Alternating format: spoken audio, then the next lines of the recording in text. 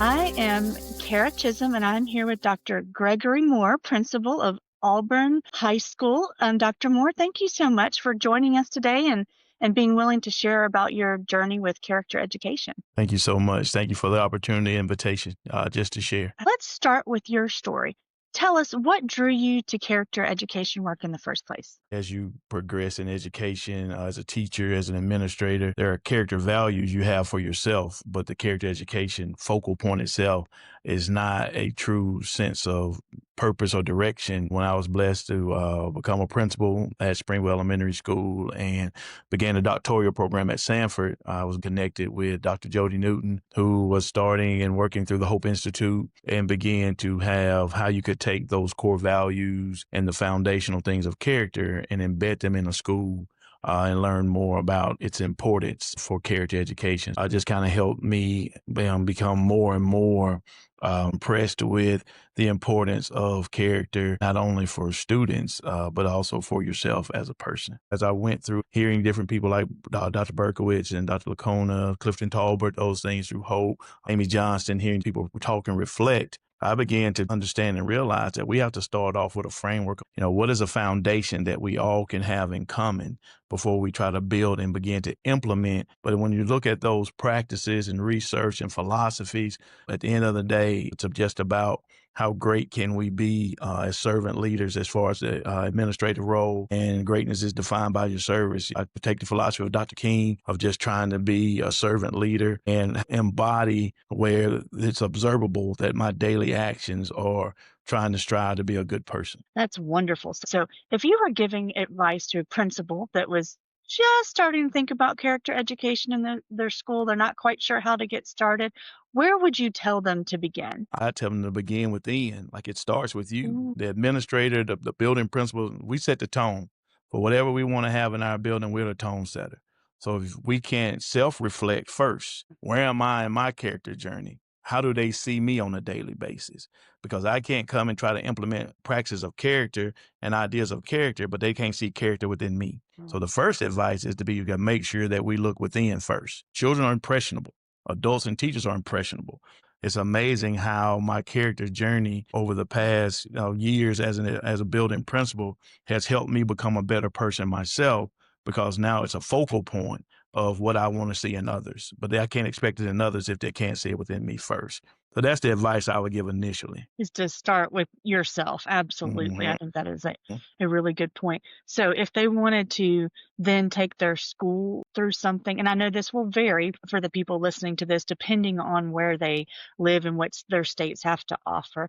If they wanted to find kind of a community or network of people or be able to take character education issues a little bit further in their schools, do you have any suggestions for that? Well, what I always like to recommend to people is to kind of think of it as how I did as a former coach. Like, you go to clinics and camps and Mm. you hear different elite college coaches and different people provide all of these things that they are able to do. So whatever you go to look at, if it's character counts, leader in me, capturing kids' hearts, or Hope Institute or anything like that, you still have to take the ideals and things that you see and see how they work in my building. How can I adapt it to fit the people in my building to be successful? We just can't say I want to do what they're doing. I want to see what they're doing, but how can I take those things and adapt it to make it successful in our building?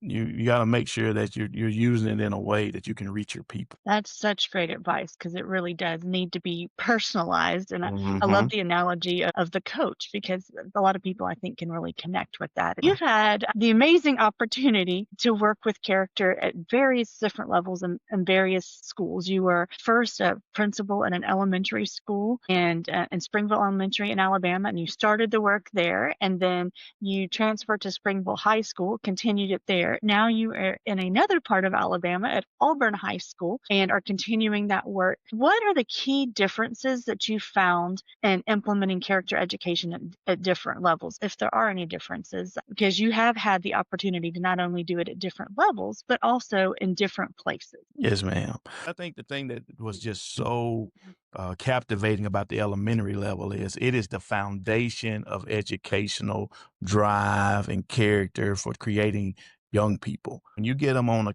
pre-K, kindergarten, first grade level, you're establishing a foundation of learning, a foundation of behavior, a foundation of character. A lot of times in elementary, you always get to hear my teacher says, my teacher says, my teacher says. So when you can build that and utilize that opportunity to build that foundation, it's amazing to see what you can do to see students progress. And I was so fortunate and blessed because when I left Springville Elementary School and what we tried to establish in those 3 years, I transferred to Springville High School. So now my elementary students became my high school students. So like seeing how those students have developed and grown over time is very touching because you can see the things that we tried to develop and establish at an elementary age moved along with them. And you can see that growth in that. Also, you understand too, once you get to the high school level, that high school kids are just big elementary kids. They still want the same appreciation. They want the same attention. They want the same attaboy. They want the same high five. They want those things. Now, around certain sectors and sections of people, they might want to look a little image wise, but at the end of the day, they want to be seen and acknowledged and applauded for doing good things, not because of they're looking for some type extrinsic gift or praise or some type materialistic reward. It's just a good feeling to know that I'm seen for doing the right things. Intrinsically, I just do what's right because it's habit, because it's all I know. It's all I've known since I was in elementary school. You get to see those intrinsic habits become just a daily practice because it's routine. It's every day. So, I think that was something that I was fortunate to see. I think one thing that we have to do is be willing to be consistent. Children want to see how long things are going to last. If you maintain it and understand that there might be a struggle here or there, but you got to continue to be a consistent and convicted to do what you feel is best to help people be better. I think it begins to see the productivity in time. Oh, when you said the elementary students just have that intrinsically in them, that is one of the hardest things to teach Mhm. students or to help people do. That's just another plug for why we start early with this because it Mhm. does translate. And you've seen that. You've seen students that have had it in elementary school and it continues with them through high school, which is Mhm. such a neat thing. And now you're having the opportunity to do this in a whole new context and situation. What Yes, are ma'am. some things that you've noticed since you've done this in really three different settings that have translated well? Like this, you can do something and it works at the elementary, it worked with Springville High School, and I know you've only been at Auburn High School for a short time, just a couple months, but is there something that you kind of see a thread that kind of runs throughout that works at all levels really well? There are a few things that you see that works really well. One thing coming in is continuing to build off the traditions of the school. Mm, So you don't come in with a character initiative or an approach that is new to them. You mm, take what's already there and you build on it.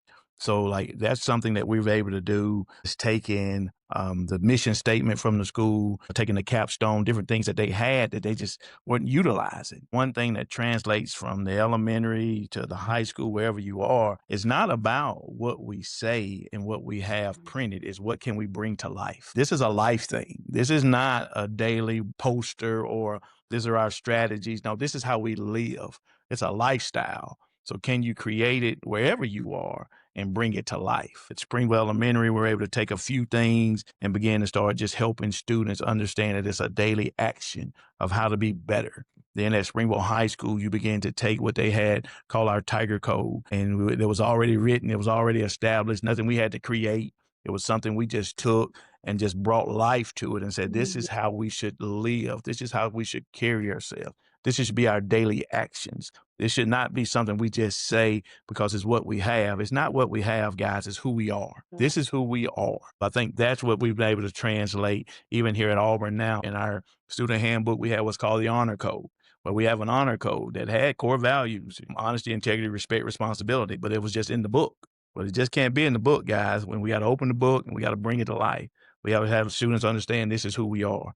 This is who we want to be. Remember, character is not about something that we want to teach people about. We want to teach them this is who we want them to become. That has Mm. translated in all three places of everywhere I go. This is not about something we talk about. This is something we're going to do.